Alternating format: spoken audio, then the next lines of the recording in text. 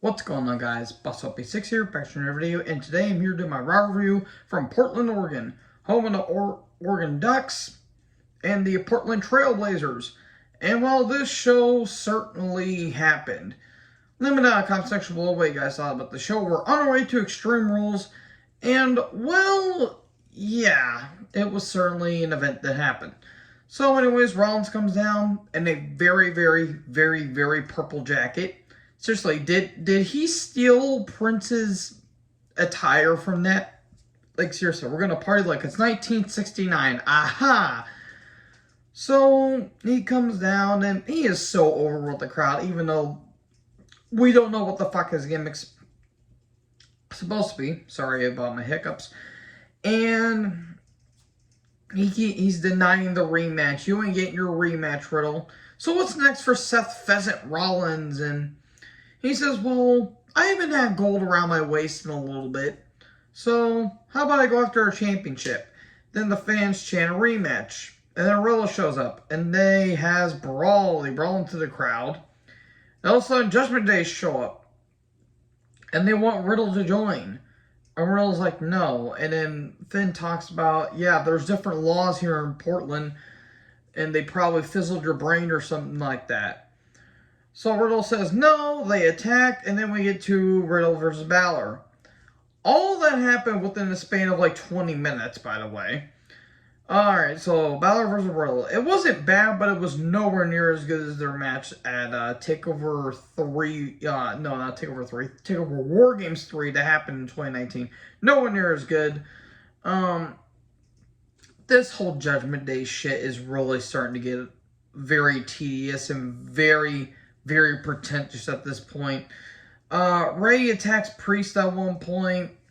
Riddle about got the win a few times. Floating bro, but the knees got up. Coup de grace, but nobody's home. All of a sudden, Seth shows up. Coup de grace, 1, 2, 3, and Balor wins. It will be Judgment Day after this. Then stomp the Riddle. It's over. It's over. It will never be over, Seth Rollins. It will never be over. The Damage Control's backstage. Good Lord, everyone's looking great tonight. And they talk about how they're going to win the tag titles tonight.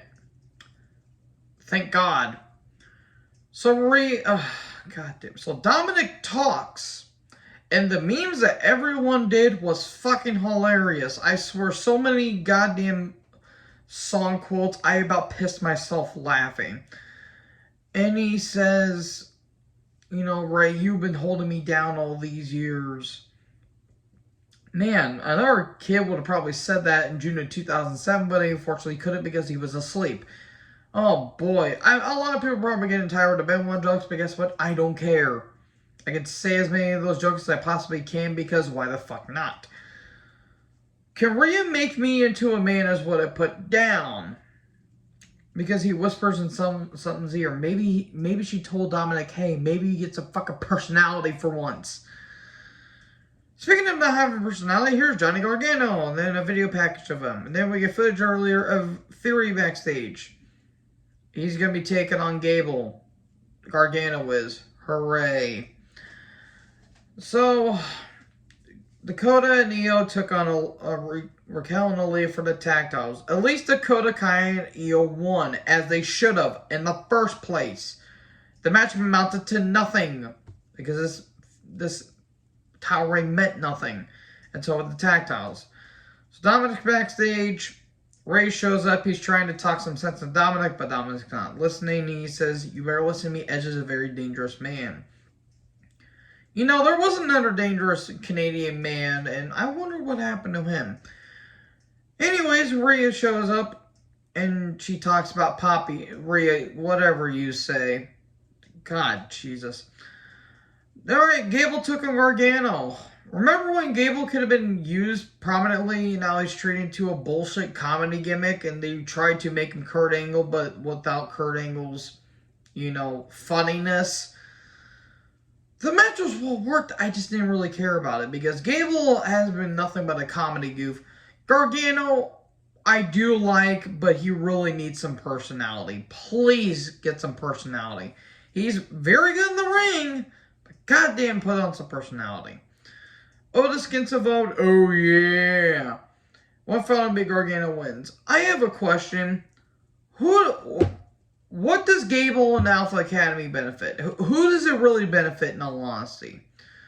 So Otis tries to attack, but Gargano does the crotch chop. Then Theory attacks. Great, that's what we need more. Austin Theory on my television. Theory's in the ring. Same shit, different day. And then here comes our Lord and Savior Kevin Owens, and he puts on a fucking performance. I literally give this man a fucking Oscar. Owens put on one of the best promos he's ever done. This is probably a top 10. It's almost as good as the one that him and Drew had, but I think that one had a bit of more of an emotional impact. But Owens spoke from the heart. This was great shit, really great shit. I'm not going to go everything verbatim here because this was really great shit. And he basically says, me and Gargano were the heart and soul of NXT while you were the heart and soul of WWE while you're just the appendix. Well, here's the thing. You may have gotten everything handed to you, but guess what? You eventually have to let go of the silver spoon. You have to earn it yourself. This was some really good shit here. Really good shit. And after all this, after Owens basically just verbally destroy Theory, what does he come up with? With the best, just amazing comeback ever. I'm still better than you, Owens. You'll never be like me. If that doesn't encompass how fucking lame Austin Theory's character is, then I don't know what is. And Owens says, well, maybe that didn't work. Maybe this will. He slaps him. They has fight. Theory's nose gets busted open at one point, and Owens says, "Oh, your nose getting busted open is just the beginning, bitch." This is good shit. They're having a rematch next week, cause why wouldn't you? So, Bianca comes down and she says, "I don't care who anyone is. Let's just have a Raw Women's Title match." Then Sonya shows up. Okay, we've seen this match before. I love Sonya. Don't get me wrong, but I feel like Sonya isn't going to be wrestling that much longer, and I really don't blame her because she looks like she doesn't want to be there. Maybe she does, and maybe she just really doesn't give a shit because, let's be honest, ever since that bullshit incident with that fucking stalker, hope that loser's rotten in jail, I don't blame Sonya for wanting to leave. I really don't. I really, really, really don't. So, she talks about how if Bianca didn't get her... she would have been Raw Women's Champion if it had not been for Bianca. They had the match. It was okay. In the end, Bianca wins. And then Bayley shows up and she says, I haven't wrestled in over a year and I pinned you and you haven't been pinned for over 300 days. Oh no, it's a trap. It's a trap. And then here comes Asuka and the fucking goddamn it, Alexa Bliss shows up. Look, I'm not going to lie, folks. I'm really not digging Alexa Bliss. She's better than Aaliyah, but then again, I've seen Dust Bunnies do better than fucking Aaliyah. And then, we're still continuing this stuff. Cool, whatever. Almost took on Brian Tubes and Cash Miraji. I think that's how you say his name. I apologize. I did not get the last name because they didn't show a graphic. During Almost's entrance, I literally said, because there was technical difficulties, the shit literally froze. I said, man, Almost is so bad that there's goddamn technical difficulties. And everyone I was talking to was laughing about it. Almost wins. Cool. No. I'm sorry, no. John Gonzalez is spitting in his grave right now. So Edge is backstage. Ray shows up. He tries to talk sense in the Edge. And they're just like, well, Dominic, this is all his fault. He's the one that did this. And then we get a recap of Riddler versus Balor. Rollins backstage, and Steve Patrick wants to know, hey, what championship were you talking about? And he's like, oh no, we're way past that now. It's already too late. And Rollins says, I'm the face of WWE. Are you sure about that? Here comes Bobby Lashley. God damn, that suit looked great. And Lashley with glasses is pretty interesting. And he says, well, in order to be the face of WWE, you need to be a champion. And Rollins says, well, I didn't say which champion. I wasn't specifically talking about your title, but now that you have my attention, why not I take the title off of you? Let's have a match next week. Okay, there was rumors that they were going to be having, I think, a feud or a program. If so, I wouldn't mind it in all honesty. Then we get footage of Miz in his house, and he's getting conducted for an interview, and his kids show up, and Maurice shows up, and look, I respect Miz. He's a better talker than a worker. He's an average worker at best. This stuff with him and Loomis is so fucking stupid. And, like, Loomis is in the background behind the windows and shit, and I will say, Miz is a gentleman. He knows how to treat Maurice well. I will say that. And it's obviously that he's a loving father and he really does care about his family, so I'll give him credit for that. And then they conduct an interview. Don't say Loomis's name in my house. And he's like, how about I conduct an interview? How about we just get out of here? Let's just get out of here and go home. I have a question. Why did Miz just shut the front door and Loomis just easily went into the house? Second of all, where were the kids at?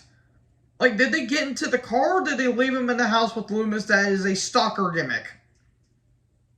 Yeah, good parenting there, Mike. And where was Ciampa at? Anyways, so Loomis does his sketches. I will say Dexter's a hell of a sketch artist. I will say that. If he decides to leave wrestling and decides to do caricatures, that's how you make money, folks. I will say that. So, anyways, yeah, this entire feud is fucking stupid.